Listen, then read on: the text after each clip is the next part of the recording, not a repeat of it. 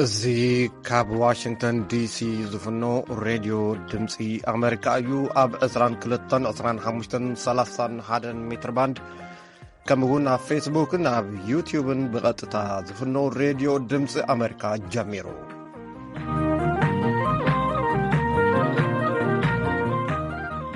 سلامتانا يبصحكم كورات كما يمسيكم لومي 19 حسق تشحن 13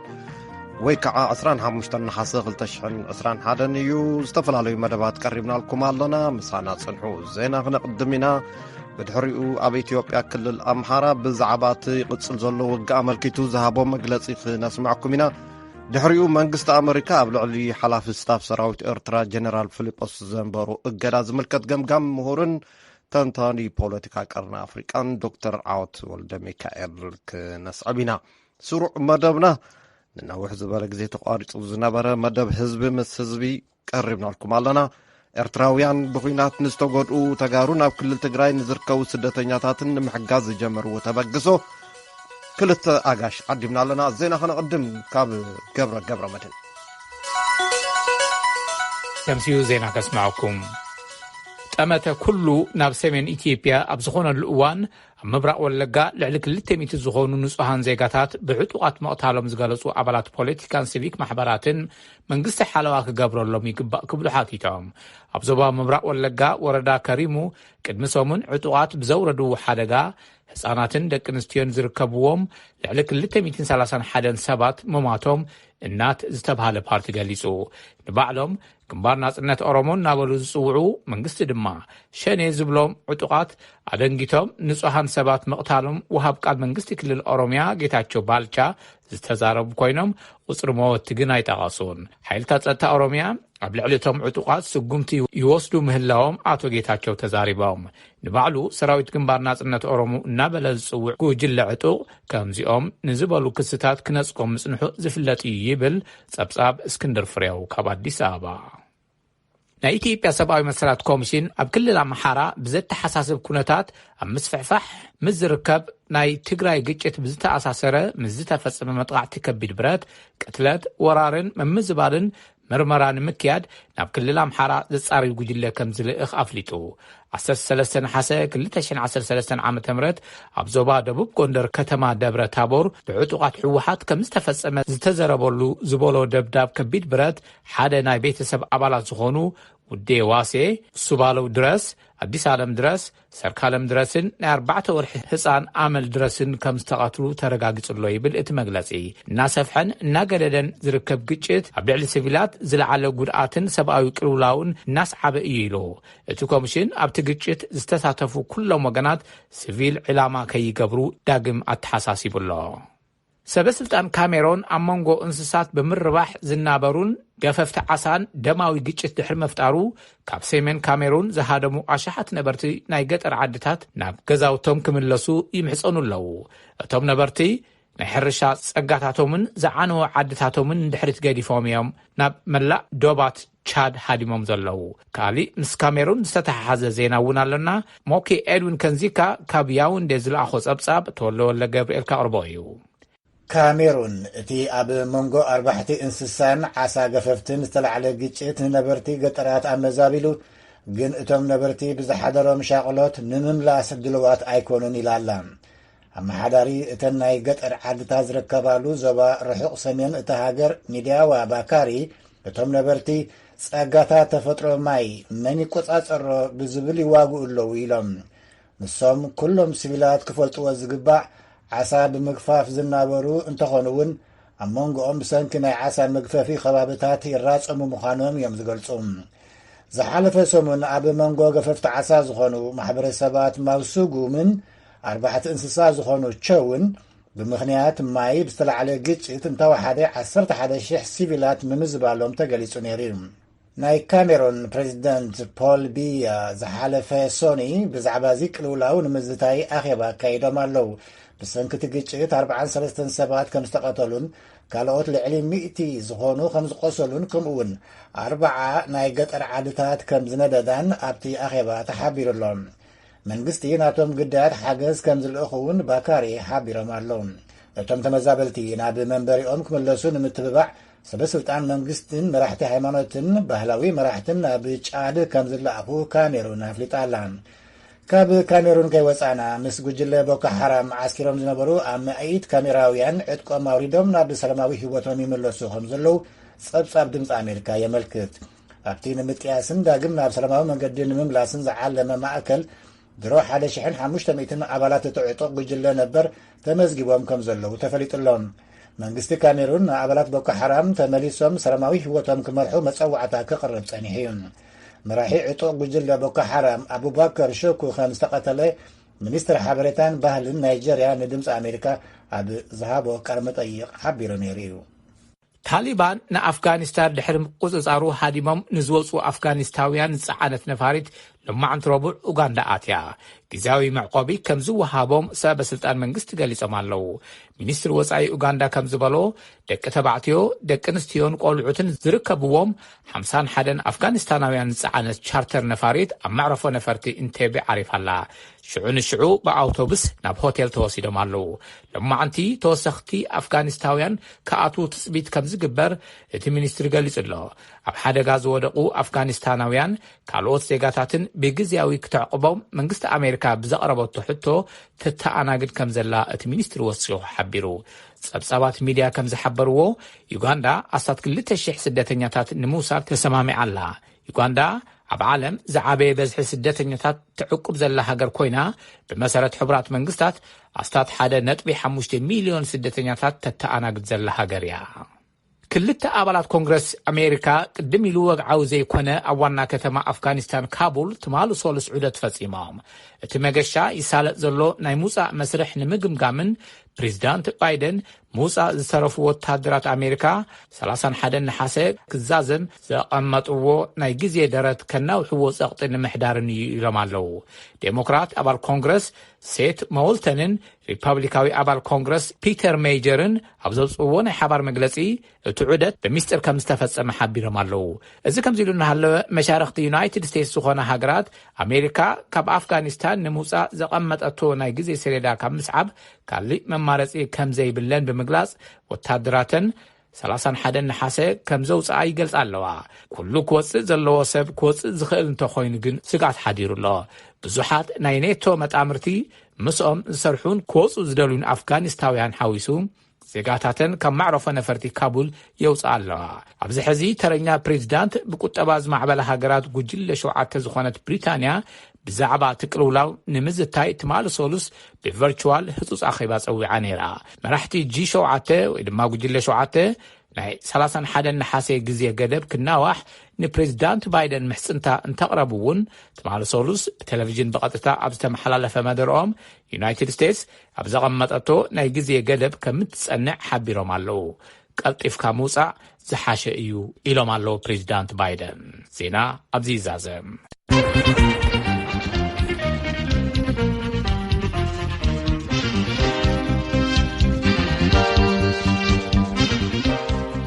የቀንያልና ገብረ እዚ ሬድዮ ድምፂ ኣሜሪካ እዩ ናብ ድሕሪ ዜና ዝሰርዓናዮም ክንሰግር ንመዓልታት ብዝተኻየዱ ውግኣት ካብ ሕወሓት ነፃ ወፂኦም ንዝበሎም ከባብታትን ከተማታትን ዞባ ደቡብ ጎንደር ንምርግጋእ ይስራሕ ከም ዘሎ ዋና ኣመሓዳሪ እቲ ዞባ ኣቶ ቀለመወርቂ ምህረት የገሊፆም ይብል ዝመፀና ዜና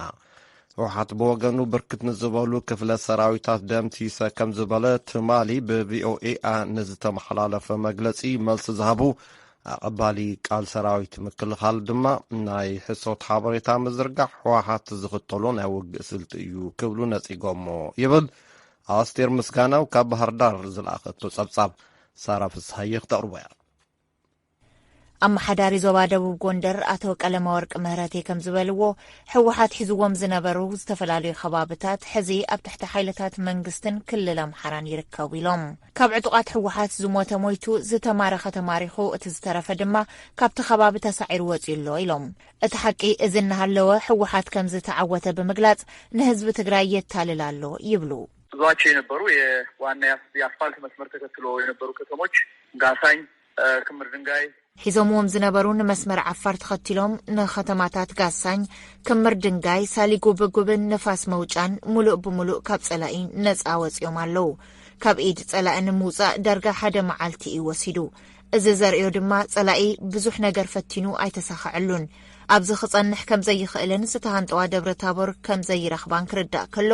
ተወቂዑ ዝወፀ ምዃኑ ዝተማረኹ ድማ ናብ ዝተወሰነሎም ቦታ ተወሲዶም ኣለዉ እዮም ዝበሉ ሕወሓት ጽልእና ምስ መንግስቲ እናበለ ከደናግርን ተፈተነ እውን ኣብ ዝኣተወን ከተማታት ዝፍጽሞም ተግባራት ግን ሓቃዊ መንነቱ ዘርኢ እዩ ኢሎም አቶ ቀለመወርቅ አንድ የቀረው በመንግስት ተቋማት ላይ የቀረ ነገር የለም ሆስፒታሎቹ ባዶ ናቸው ሳብስቴሽኖቹ ተነቅለው ተወስደዋል ሌሎች ሁሉም በመዳይ ትካላት መንግስት ዝተረፈ ነገር የለን አቁሑት ጸላኢ ሰሪቆ ወሲድዎም እዩ ባንክታት ኩሎም ትካላት ፋይናንስ ጸላኢ ዘሚትዎም እዩ ሕድሕድ ገዛውቲ ውልቀ ሰባት እውን ተፈትሹ ተመዝቢሩ እዩ ካብ ደቂ ኣንስትዮን ኣዋልድን ቀለበት ኢደንን መጋየፅታተንን ተወሲዶም እዮም እዚ ኩሉ ብስነ ስርዓት ተሰኒዱ ኮሚቴ ተጣይሹ ንማሕበረሰብ ዓለምን ዝምልከቶም ኣካላትን ክሪእዎን ምግባር ይስርሐሉ ዘሎ እዮም ዝበሉ ሕወሓት ብቅድሚ ትማሊ ሰንበተ ኣብ ዘውፅኦ መግለጺ ሓይልታቱ ዓብይ ዓወት ምሕፋሶም ገሊጹ ነይሩ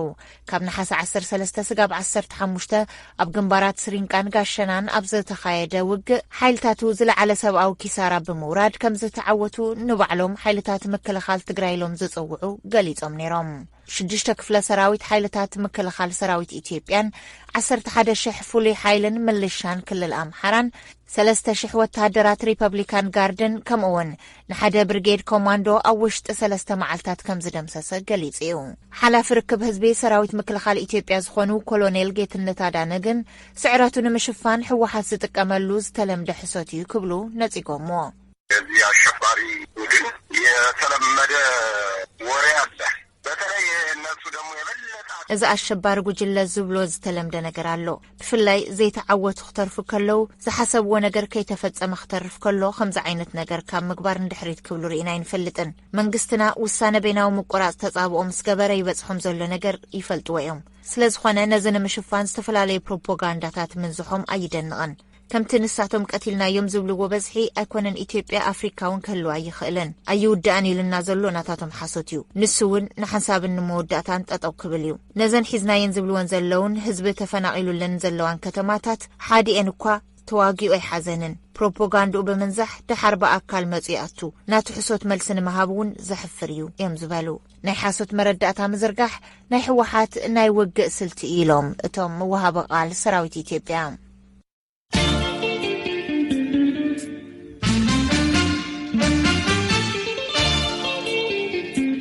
يقنيلنا سارة كالأي ريبورت ناي أمريكا كفل جنزب تريجري منستر قدات وطاقن أبلعو حلقة أستاف منستري مكلغال إرترا جنرال فيليبوس ولد يوهانس معقب كم زنبرو تقيسيو ثم معقب بعنكس مالينسكي تبهي لوز صوح حق يونايتد ستيتس نخمرمر زحبتتن ناي هابتي مدسكالن ناي منكس أسقربن زسعبنيو نموهانو إذا أبلع الجنرال فيليبوس ولد يوهانس توسينو زول أجرا انتاي كأتتا وصيت كمس يخل مستي أبلع الحلافي هاقراوي دحنة إرترا برغادير جنرال أبرها كاسا قديمو بأوروبا حبرز توسن أجرا انتاي متأسسارن نوحن حاصيرن سعبينات كلون يخل أبراهام تصفال قول نممر تاريخن تمرامار قدات أفريقان كمون أو كونس يونيفرسيتي بروفيسور عوت ولد ميكائيل مبرين كبوحاتي تولو بروفيسور عوت يغتصل እዚ ብመንግስቲ ኣሜሪካ ኣብ ልዕሊ ሓለቓ ኣስታፍ ሓይልታት ምክልኻል ኤርትራ ተነቢሩ ዘሎ እገዳ ብውሕዱ ብክልተ መንገዲ ክረአ ይኽእል ኮይኑ ይስማዓኒ ቀዳማይ ከም መጠንቀቕታ ንኩሎም መራሕቲ ኤርትራ እንኮላይ ንጀነራል ፊሊጶስ ብዛዕባ ኣብ ትግራይ ዝተፈጸመ ገበናት ኩናትን ኣብ ልዕሊኦም ተገይሩ ዘሎ ክስታት ወይ allegations ንበሎ ክሳብ ኣብ ቅድሚ ሕጊ ዝረጋገጽ ንዕኡ ዝምልከት ከምኡውን ሰራዊት ኤርትራ ዳግም ይተኣታቶ ምህላው ኣብቲ ውግእ ሓድሕድ ኢትዮጵያ ንኽልቲኡ ዝትምልከት መጠንቀቕታ እዩ ሽሕ እኳ ሙሉእ ብሙሉእ ዘይወፀ እንተነበረ ሰራዊት ኤርትራ ካብቲ ጉዳይ ካልኣይ ዝረኣየሉ መንገዲ ቁሩብ ናብ ብዙሕ እንትታት ዘመልክት እዩ ንኣብነት ስለምንታይ ኣብ ልዕሊ ሰበስልጣን ኤርትራ ቀዲሙ ከምዛ ዓይነት ቀጻዕ ስጉምቲ ብሕቡራት መንግስታት ኣሜሪካ ተወሲዱ ማዕረ ሰራዊት ኤርትራን ኣዘዝቲ ሰራዊት ኤርትራን ሰራዊት ፌደራላዊ መንግስቲ ኢትዮጵያን ሰራዊት ኣምሓራ ምልሻ ፋኖ ገለ ዝበሃሉስ معلم معريهم من تساتيفهم سلمتاي كنساتهم تماساسال እገዳ ዘይነበረሎም ኢልካ ንክትሓትት የገድደካ ምናልባት ነጽብራቅ ቀዳምነታት ሕብራት መንግስታት አሜሪካ ድዩ بخلا أزراربا نإرترا كم إدبيزا جيركا نإثيوبيا ماني مرحب زي جلس مدحن دايخون ويش دكتور أبي نإرترا سراوت إرترا كم كقوت أطرم زيك الوسنتي تواساتي نايت كوينات إلو أحلي فيه بوم زاني مود أتزبون كأنت كم تخلو عبايز جبرا قدم حجي اب استفلاله عصو اغاطاميتات استفلاله مرحتن دبلوماسياتن عالم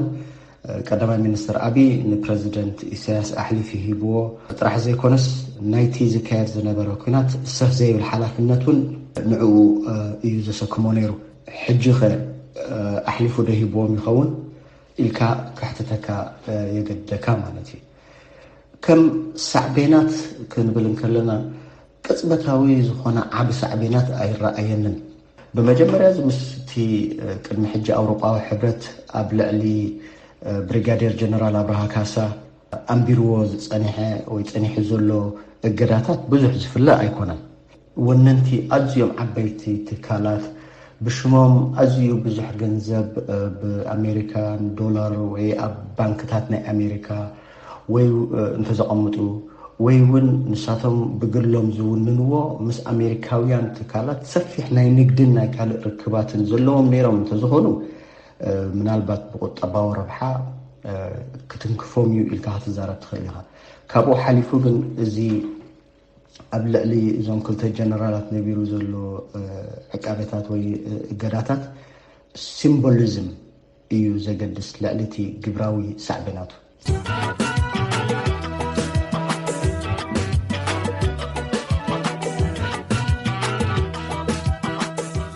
يقنيالنا دكتور عاوت إذ كم زي لكله منقست إرترا بمقدم منستر قدات وصا أبيلو أبزهابو ملاش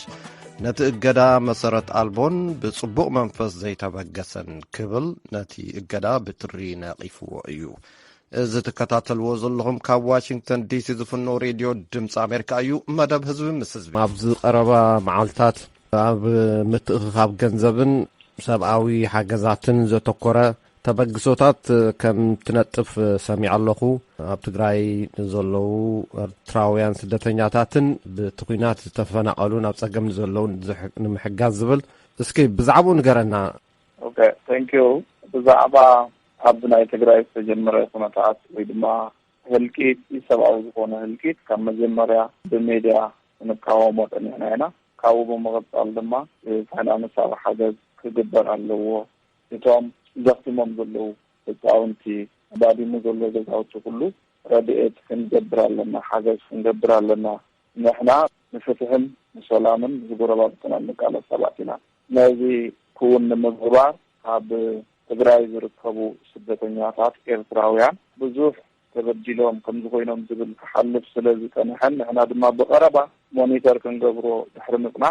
ኣብ ሞንጎ ህዝቢ ትግራይን ህዝቢ ኤርትራን ዘሎ ናይ ሰላም ምንቕና مليسوم قاب كفحلو زدليو سبات عفوم نمتحاز نزيوم نخفشلو تهزب تعدما كابتو زنبورو نلعلي بالسلام بقربتنا نخنبر مدبات بزح مدبات وجي إلو كابزي نايلن كاني كرائي زغني ويدما مناي موتا جنزل زرعكم وحالا تأيو نتوم سدتنياتات نسوم ننوح عمتات عن ستتات عمتات زنبورو عدتات عب تقراي نسوم ناي سلامن ناي عرقن ناي فقرن مدب مزندع ناي حبر مدلاوات تغير له هم قدامنتات كال مدباتون علو كي نظرو ويدما بقطتا نتوم يتبدل سبات يحبزو كابز نحنا بزميدا قربنا نزارو ملعلي يشرحوا وزناتنا علونا زي مسلتي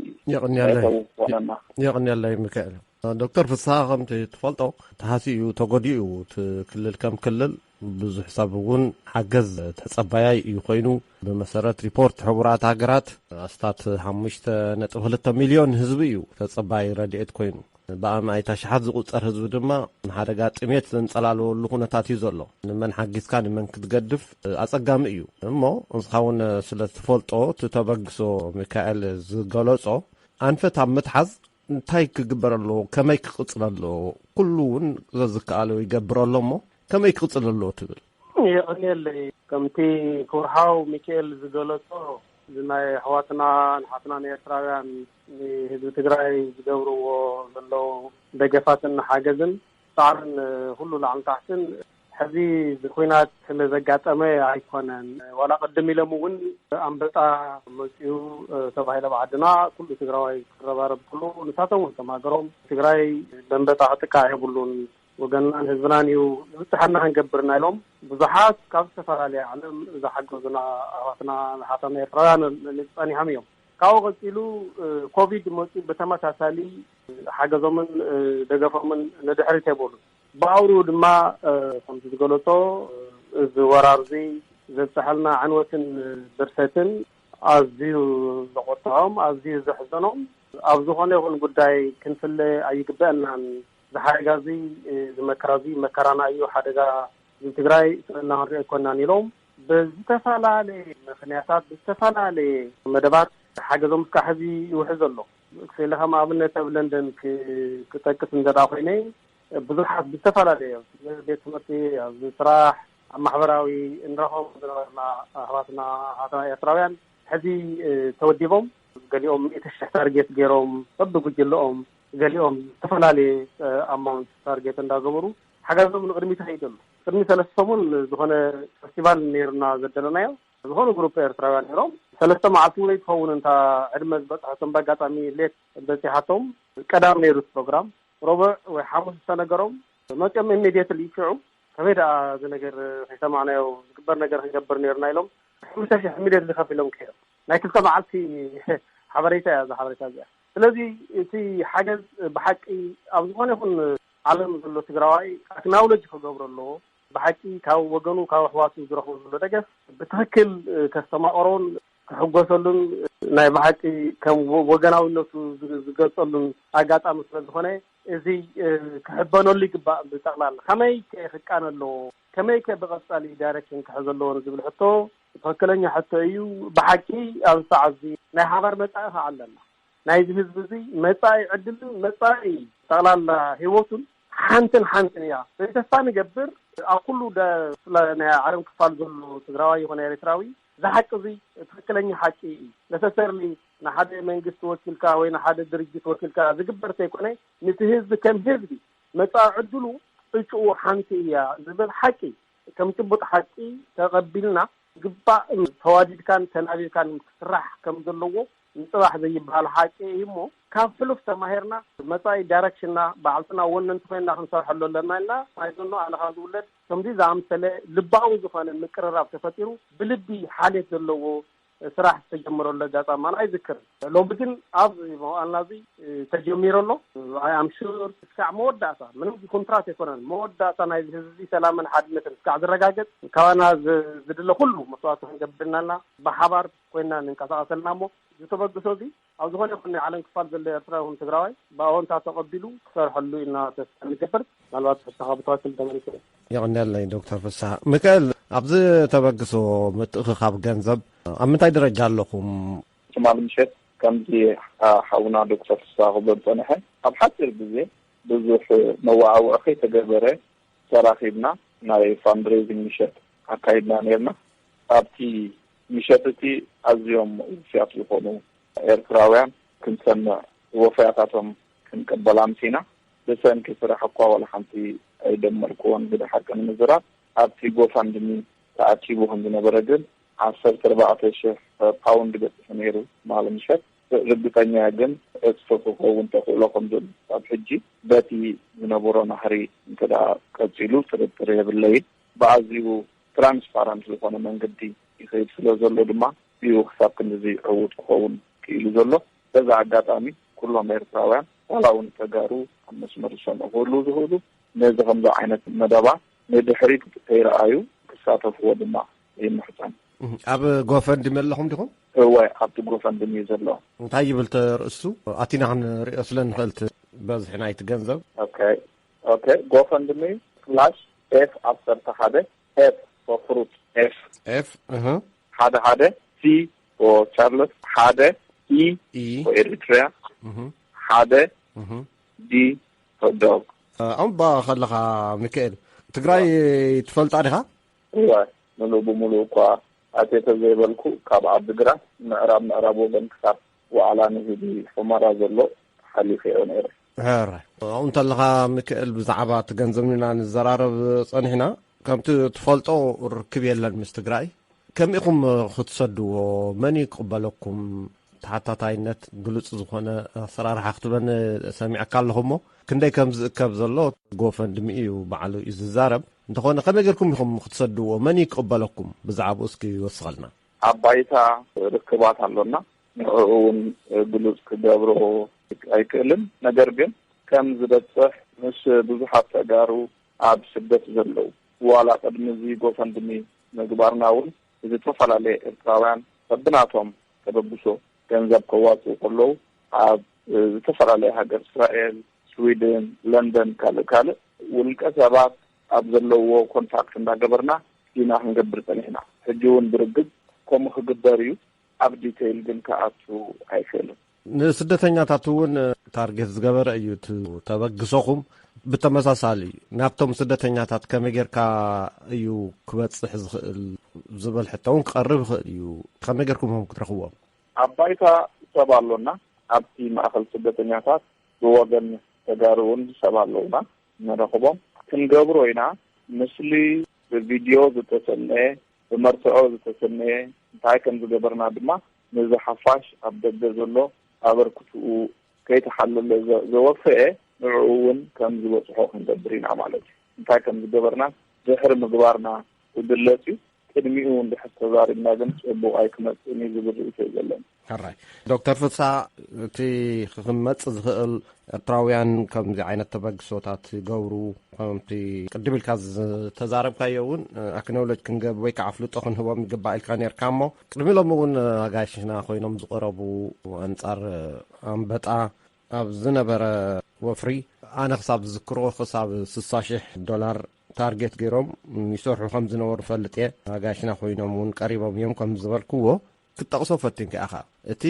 ርክብ እቲ ሕውነታዊ ዝብልካ እዮ ከመይ ኢሉ እቲ ማሕበረሰብ ንማሕበረሰብ ትርክቡ ኣብ ምንታይ ኩነታት ኣሎ? ፅቡቕ ሕዚ እቲ ርክብ ከይረሳዕካ ን20 ዓመት ኣይወድየ ጓል ተኾኒኑ ዝፀንሐ ማሕበረሰብ እዩ። ብክልቲኡ ሳይድ ዝረቶም ደቁ ከፍ ኢሉ ኣብ ሓዘንን ኣብ ቅሬታን ዝፀንሐ ማሕበረሰብ እዩ። እዚ ኩሉ እናሃለወ ግን እቲ ህዝቢ ብርግፅ እዚ ናይ 8 ወርሒ 9 ወርሒ ዘብፅሖ ስምብራት ሓውካ ተቐቲሉ ሓፍትኻ ተዓሚካ ኣዴኻ ተደፊራ ኣቦኻ ተረሽኑ ትካላትካ ዓንዮም ትበሃል ከሎ ካብ ዓርተ ጀሚሩ ሪኣክት ዘይገብር ሰብ ምዉት ተዘይኮይኑ ህይወት ዘለዎ ስኢሉ ክሓልፎ ኢልካ ግምት ኣይትገብረሉ ኢኻ ኣይትፅበዮን ኢኻ ጠጠውታ ግን ክትሓስቦ ድማ ዘግድዘካ ነገር ኣሎ። እዚ ከምዚ ተቐፂልና መወዳእታ ዘይክህልዎ እዩ ነገር እዚ እዚ ወራር እዚ ጥፍኣት እዚ ናይ ኩሎም ወራራትን ጥፍኣትን መልሲ ክኸውን ክኽእል ኣለዎ። ስለዚ እዚ ዝፈጠሮ እዚ ዘፅንሖ ዝኾነ ሕራነ ዝኾነ ጓሂ ዝኾነ ፉል ሪዘርቬሽን የለን ኣይበሃልን። ግን ድማ መብዛሕትኡ ሰብ ሪያላይዝ ዝገብሮ ነገር ኣሎ። ክንቃለሶ ኣለና ሪቨርስ ክንገብሮ ኣለና። ሪቨርስ ክንገብሮ ኣለና ማለት ዘውዚኒ መከራ ሰላም ከምፅ ኣለዎ ረሃዋ ከምፅ ኣለዎ ንውር ሕውነት ከምፅ ናይ ኣቦታትና ዘፅንሑና ናይ ወለድና ይቕኒልና ጋይሽና ሚካኤል ዓንዳይን ዶክተር ፍስሓ ኣለማየሁን። እዚ ሬድዮ ድምፂ ኣሜሪካ እዩ። ፅባሕ 5 ክሳብ ንራኸብ ዳሓን ሕደሩ።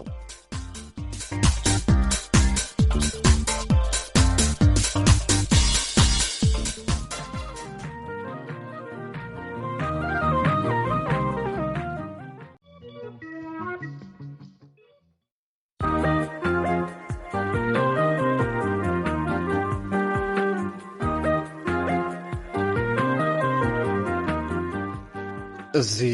ካብ ዋሽንግተን ዲሲ ዝፍኖ ሬድዮ ድምፂ ኣሜሪካ እዩ። ኣብ 22 25 31 ሜትር ባንድ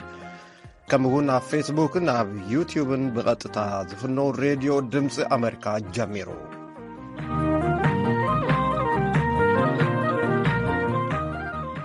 ሰላምታና ይብጻሕኩም ክቡራት ከመይ ምሲኹም። ሎሚ 19 ናሓሰ 2013 ወይ ከዓ 15 ነሓሰ 2021 እዩ ዝተፈላለዩ መደባት ቀሪብና ልኩም ኣለና ምሳና ጽንሑ ዜና ክነቅድም ኢና ብድሕሪኡ ኣብ ኢትዮጵያ ክልል ኣምሓራ ብዛዕባ እቲ ይቅጽል ዘሎ ውግእ ኣመልኪቱ ዝሃቦ መግለጺ ክነስማዓኩም ኢና ድሕሪኡ መንግስቲ ኣሜሪካ ኣብ ልዕሊ ሓላፊ ስታፍ